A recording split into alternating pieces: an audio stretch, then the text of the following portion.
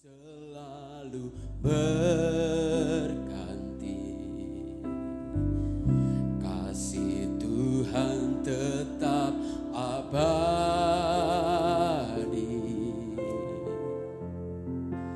tak akan berubah sampai selamanya. Ku tetap percaya.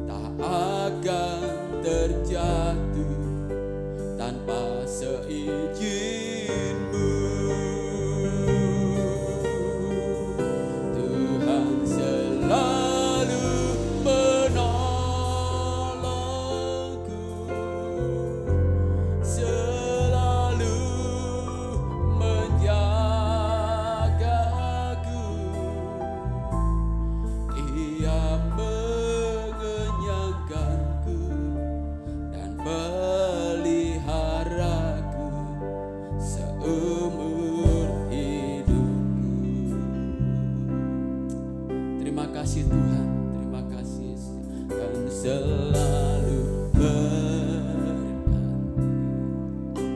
Amin. Kasih Tuhan tetap abadi. Musim boleh berganti Tuhan, tapi kami percaya kasih Tuhan tidak pernah berubah. Dahulu, sekarang, sampai selama-lamanya. Tetap percaya Tuhan malam hari ini kepadamu Tuhan. Kami meyakini Tuhan, mengimani Tuhan memberkati, menyertai, melindungi hidup kami sepanjang tahun 2023 sampai seterusnya Tuhan. Kami percaya burung di udara Tuhan pelihara, apalagi kami sebagai anak-anak-Mu Tuhan. Tuhan tidak pernah tinggalkan kami. Haleluya. Tuhan selalu menolongku, selalu menjagaku, sehelai di rambutku tak akan terjatuh tanpa seizin.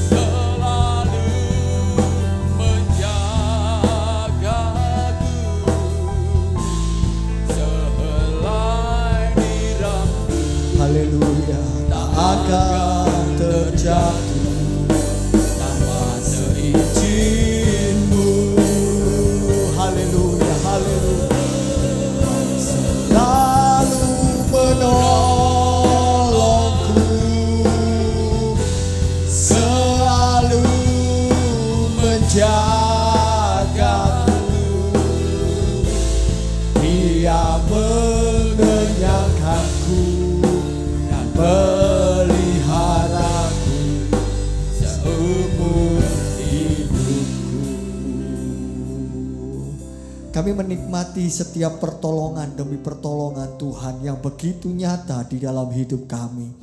Sehingga hentak kasih-Mu, pemeliharaanmu, pertolonganmu menghantar kami Tuhan. Sampai pada malam ini kami ada di sebuah persekutuan yang sangat diberkati oleh Tuhan. Terima kasih Tuhan, sukacita-Mu di tengah-tengah pujian yang telah kami persembahkan terus melingkupi hati kami. Sepanjang kami mendengarkan kebenaran firman-Mu, berbicaralah kepada kami Tuhan. Karena kami percaya kuasa firman-Mu sumber kekuatan kami untuk kami dapat melampaui tahun yang baru ini di tahun 2023 bersama dengan kuasa firman-Mu. Berbicaralah kepada kami Tuhan, kami siap membaca mendengarkan kebenaran firman-Mu di dalam nama Tuhan Yesus Kristus. Haleluya. Amin. Puji Tuhan. Silakan duduk Bapak Ibu Saudara. Haleluya. Puji Tuhan. Haleluya. Senang sekali bisa berjumpa dengan keluarga Eklesia di ibadah yang perdana di tahun 2023. Semua karena anugerah Tuhan ya. Tadi saya ngobrol sama Mas Bin jam 6:05 itu belum ada yang datang. Katanya Mas Bin, wah ini terlena ini ya kayaknya ya. Sudah kelamaan libur. Ternyata puji Tuhan malam ini kita ada sebagaimana kita ada semua karena anugerah Tuhan. Bapak Ibu Saudara, satu pesan firman Tuhan malam ini secara singkat. Sebagai keluarga Eklesia yang siap untuk dapat menjalani tahun 2023. Di mana tahun ini adalah tahun yang penuh dengan tanda tanya. Tahun yang penuh dengan misteri. Tetapi Bapak Ibu Saudara, firman Tuhan dengan jelas mengatakan Dia Allah Immanuel. Itu kabar yang menggembirakan bagi kita. Kabar yang pasti. Kabar yang mendatangkan sukacita. Dan Dia akan menyertai kita sepanjang tahun ini. Bapak Ibu Saudara, Lukas 13 ayat 6 sampai yang ke-9. Sebuah pesan firman Tuhan singkat malam ini untuk kita dapat pelajari. Dan apa yang Tuhan mau dalam kehidupan kita. Mari keluarga Eklesia kita lakukan. Lukas 13 ayat yang ke-6 sampai yang ke-9 saya akan membaca, jemaat Tuhan akan mengikuti ayat-ayat ini. Bisa tampilkan ayat ini, Lukas pasal yang ke-13 ayat 6 sampai 9, perumpamaan tentang pohon ara yang tidak berbuah. Lalu Yesus mengatakan perumpamaan ini. Seorang mempunyai pohon ara yang tumbuh di kebun anggurnya dan ia datang untuk mencari buah pada pohon itu. Tetapi ia tidak menemukannya. Lalu ia berkata kepada pengurus kebun anggur itu, sudah 3 tahun aku datang mencari buah pada pohon ara ini dan aku tidak menemukannya. Tebanglah pohon ini. Untuk apa ia hidup di tanah ini dengan percuma? Jawab orang itu, Tuhan, biarkanlah dia tumbuh tahun ini lagi. Aku akan mencangkul tanah sekelilingnya dan memberi pupuk kepadanya. Mungkin tahun depan ia berbuah. Jika tidak, tebanglah ia. Jemaat Tuhan, perumpamaan ini disampaikan oleh Yesus dalam sebuah rangkaian pengajaran kepada orang banyak.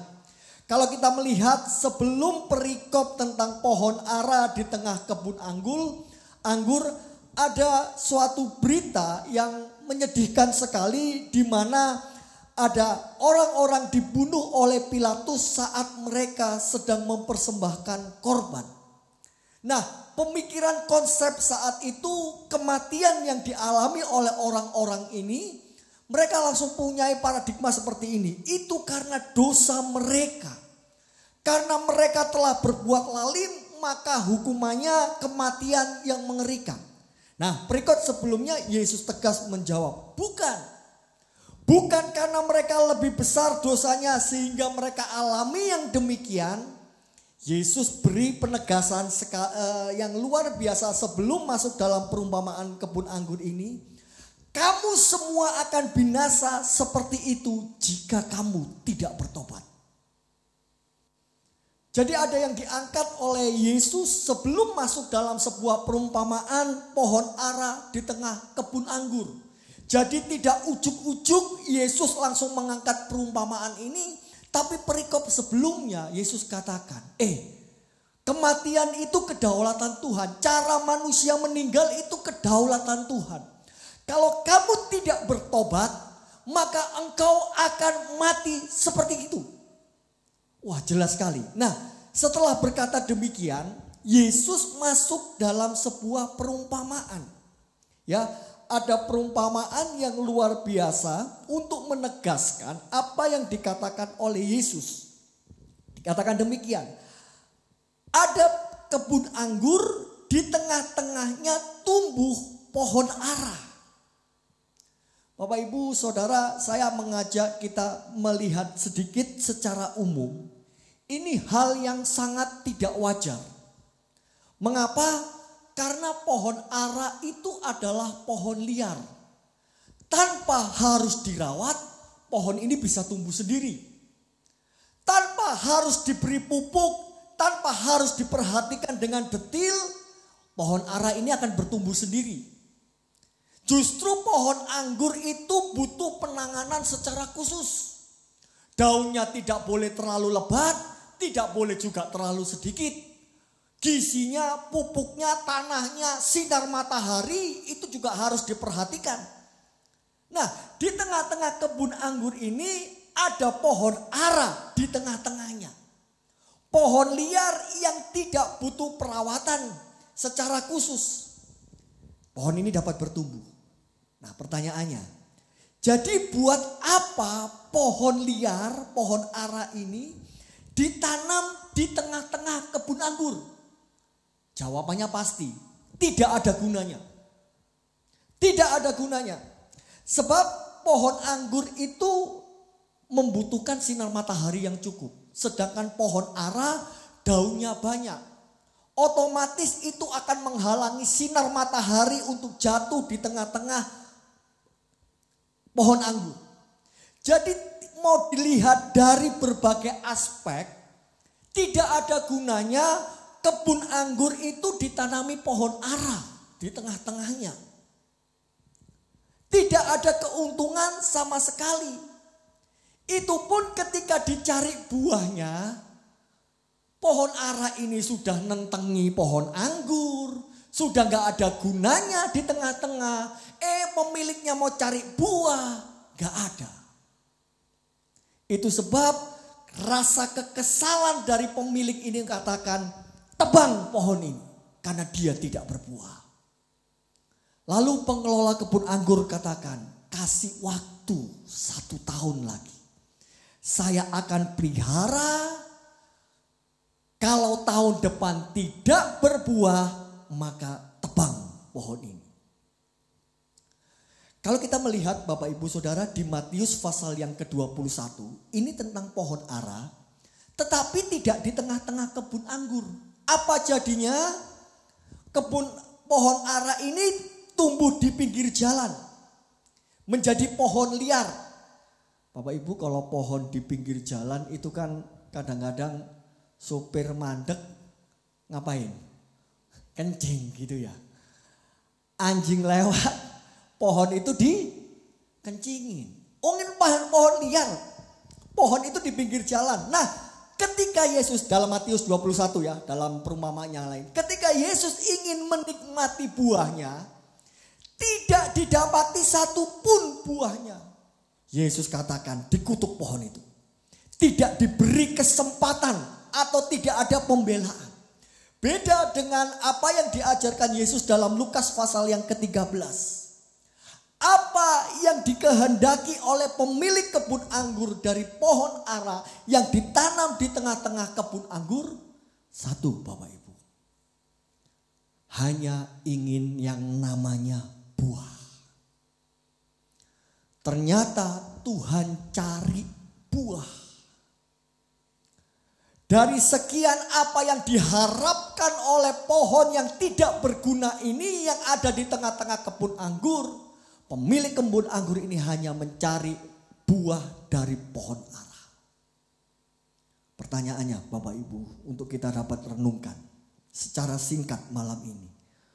Sudahkah kita berbuah Bapak Ibu? Coba ayat yang ke-7, Lukas 13 ayat ke-7. Yang dicari adalah buah. Lukas 13 ayat 7. Lalu ia berkata kepada pengurus kebun anggur itu. Sudah 3 tahun akan aku datang mencari buah pada pohon ara ini dan aku tidak menemukannya. Tebanglah pohon ini. Untuk apa ia hidup di tanah ini dengan percuma? Berapa lama? 3 tahun. Ditunggu buahnya tapi tidak menghasilkan. Kekecewaan dari pemilik kebun anggur ini dia ungkapkan, tebanglah pohon ini. Dalam terjemahan lain dikatakan, tebang saja pohon ini. Ia hanya menghabiskan zat makanan dari tanah, menghalangi sinar matahari. Tapi ada pembelaan dari pengurus kebun anggur untuk dikasih kesempatan 1 tahun lagi. Jika tidak berbuah, apa boleh buat? Harus direlakan pohon ini ditebang. Bapak Ibu Saudara, coba kita renungkan. Apa sih yang Tuhan minta di dalam hidup kita? Apakah tertulis di dalam Alkitab? Ataukah Bapak Ibu pernah membaca, mendengarkan firman? Hei umat-umat Tuhan, karena kita telah ditebus lewat salib Tuhan. Darah Yesus tersalib. Darahnya tercurah untuk kita. Kita minta disalib. Apakah Yesus minta kita disalib Bapak Ibu? Enggak ada dalam Alkitab. Apakah dia minta darah kita? Tidak Bapak Ibu. Yesus cuma minta satu. Ayo jemaat Tuhan berbuah. Yohanes 15 ayat 8. Yohanes 15 ayat 8. Dikatakan demikian. Coba tampilkan ayat ini. Yohanes pasal 15 ayat yang ke-8. Dalam hal inilah Bapakku dipermuliakan. Apa itu? Yaitu jika kamu berbuah banyak. Dan dengan demikian kamu adalah murid-muridku.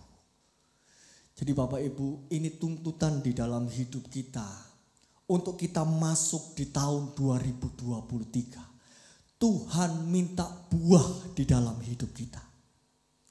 Jadi Bapak Ibu Saudara, untuk kita bisa berbuat banyak dan untuk kita dapat melakukan, menghasilkan buah. Bapak Ibu, Roh Kudus itu harus menyertai perjalanan hidup kita. Coba kita ulang lagi, Galatia 5 ayat 22 sampai 23. Ini faktor yang terpenting Bapak Ibu untuk kita dapat berbuah. Apa yang dihasilkan oleh Roh Kudus di dalam hidup kita. Galatia 5 ayat 22 sampai 23 dikatakan demikian. Tetapi buah roh ialah, terjemahan lain dikatakan, siapa yang dipimpin oleh Roh Kudus, dia akan menghasilkan kasih, sukacita, damai sejahtera, kesabaran, kemurahan, kebaikan, kesetiaan, kelemah lembutan, penguasaan diri. Tidak ada hukum yang menentang hal-hal itu.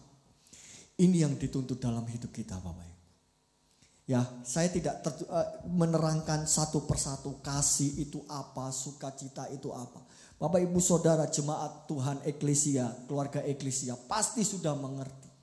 Dan biarlah buah roh itu ada di dalam hidup kita. Ini yang Tuhan mau di dalam kehidupan ini. Ketika kita didapati tidak berbuah, satu tuntutannya, tebang pohon ini. Walaupun kita punya Yesus Kristus sebagai pembela, dia bela kita, beri kesempatan 1 tahun lagi. Pengelola ini katakan, aku akan kasih yang terbaik untuk pohon ara ini. Aku akan rawat, tanahnya akan aku gali. Mungkin tahun depan dia akan berbuah. Tapi pengelola itu mengatakan, kalau tidak berbuah, tebang. Bapak Ibu, pilihan itu hanya berbuah atau ditebang. Hanya 2 itu Bapak.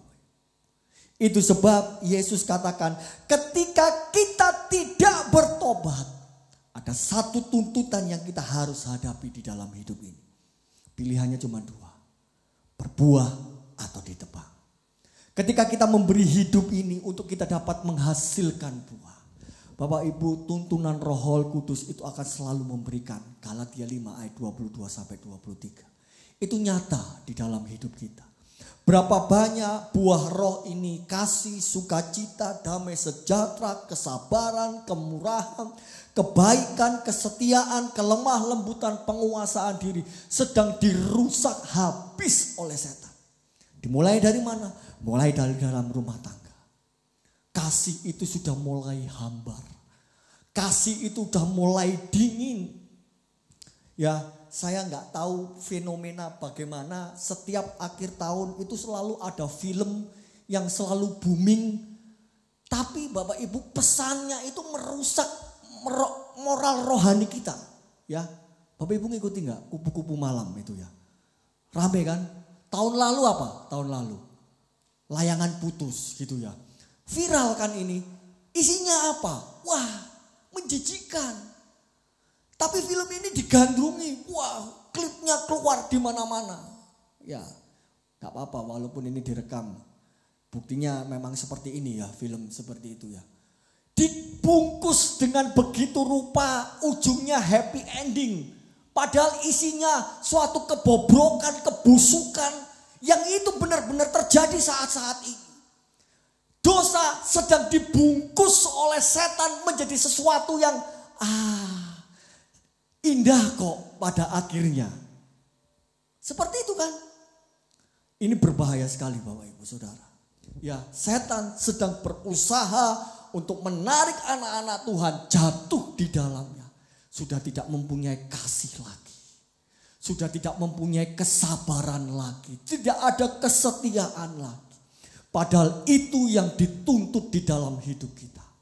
Berbuah atau ditebang. Tapi saya berdoa keluarga Eklesia malam ini kita ambil keputusan. Tuhan, aku ingin menyenangkan hati Tuhan. Kita mau berbuah, amin. Kita harus berbuah Bapak Ibu Saudara. Waktunya sudah sangat singkat.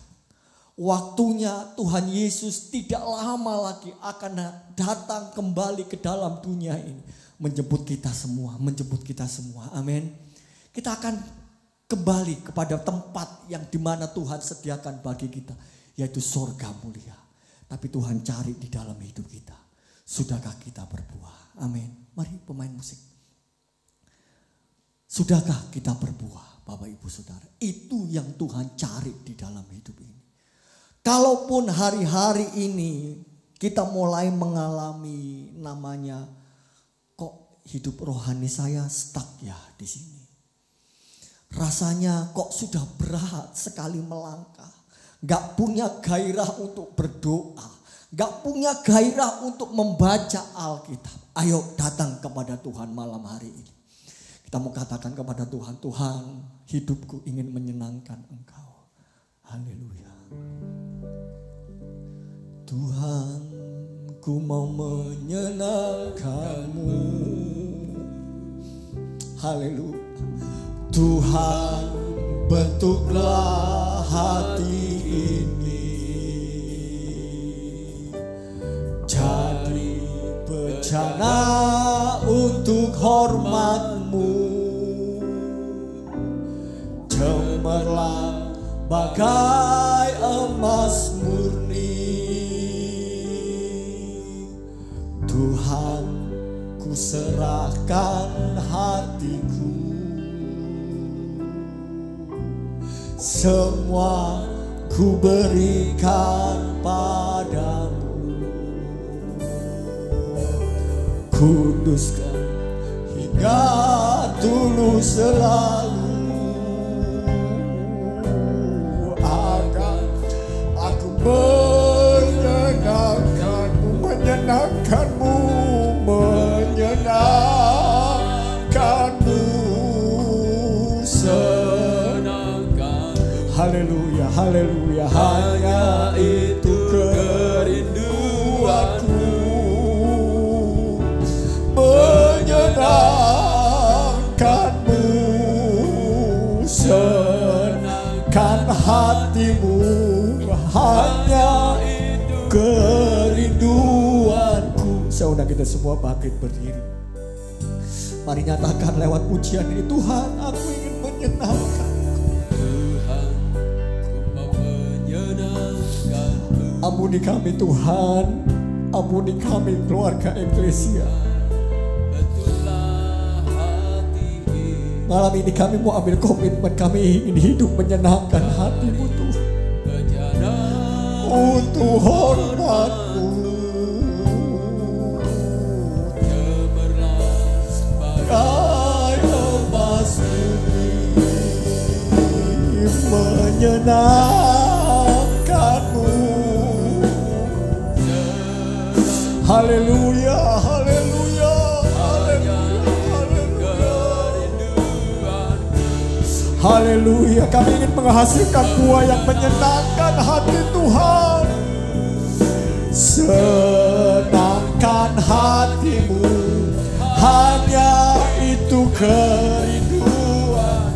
Menyenangkan-Mu, menyenangkan-Mu. Tuhan, ini hidup kami. Roh Kudus pimpin hidup kami, untuk hidup kami dapat menghasilkan buah yang menyenangkan Tuhan. Haleluya. Kan hati-Mu, hanya itu kerinduan.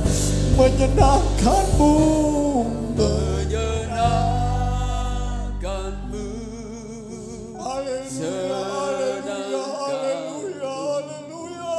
Hanya itu kerinduanku. Haleluya, haleluya, Menyenangkan-Mu, senangkan hati-Mu, hanya itu kerinduan. Menyenangkan. Haleluya, haleluya, haleluya, haleluya. Kerinduanku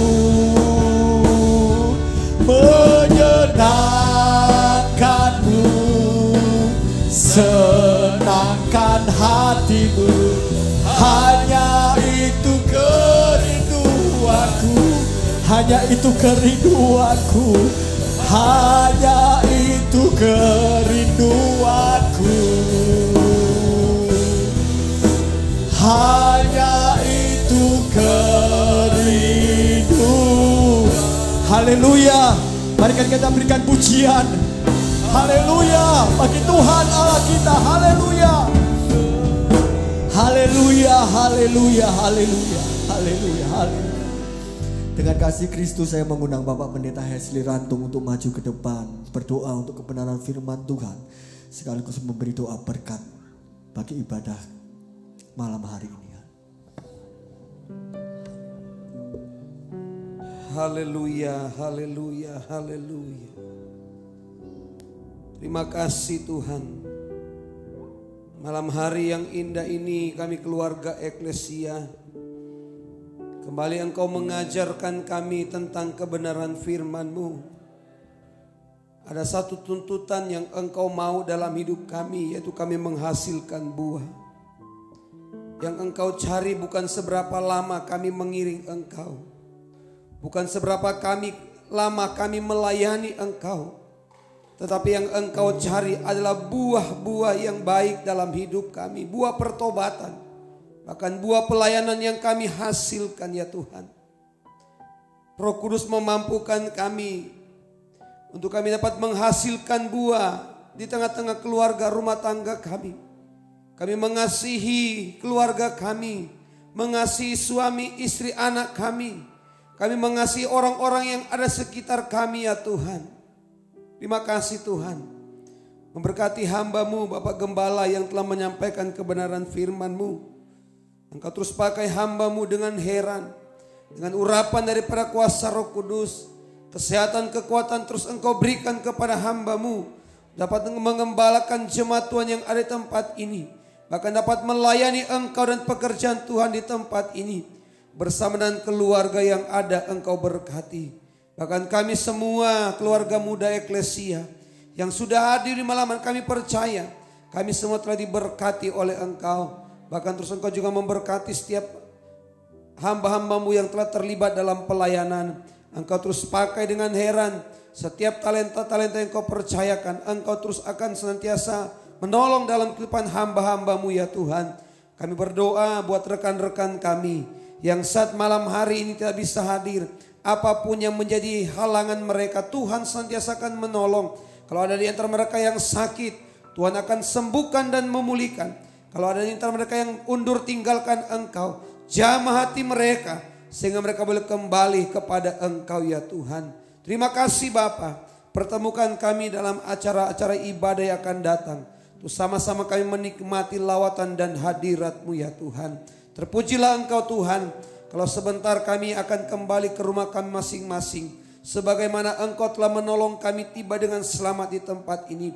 Ketika kami pulang, Engkau terus menyertai kami jauh maupun dekat. Biarlah kami senantiasa ada dalam perlindungan-Mu. Kami boleh tiba di rumah kami, berkumpul bersama seluruh anggota keluarga kami. Dan sebelum kami mengakhiri ibadah di malam hari ini, dengan penuh kerendahan hati, kami mengangkat kedua tangan kami. Kami terima berkat daripada Engkau. Bapak Ibu Saudara yang diberkati Tuhan, pulanglah, terimalah berkat anugerah rahmat yang limpah dari Allah Bapa, cinta kasih daripada Tuhan Yesus, persekutuan, penghiburan, sukacita, damai sejahtera, kekuatan yang dikerjakan oleh Allah Roh Kudus akan terus menyertai kehidupan kita. Mulai malam ini, besok bahkan sampai selama-lamanya, sampai Tuhan Yesus datang pada kali yang kedua. Kami terima berkat-Mu, kami akhiri persekutuan eklesia di malam ini. Alaskan doa di dalam nama Tuhan Yesus Kristus. Haleluya. Amin. Tuhan, ada pengumuman Pak Bin?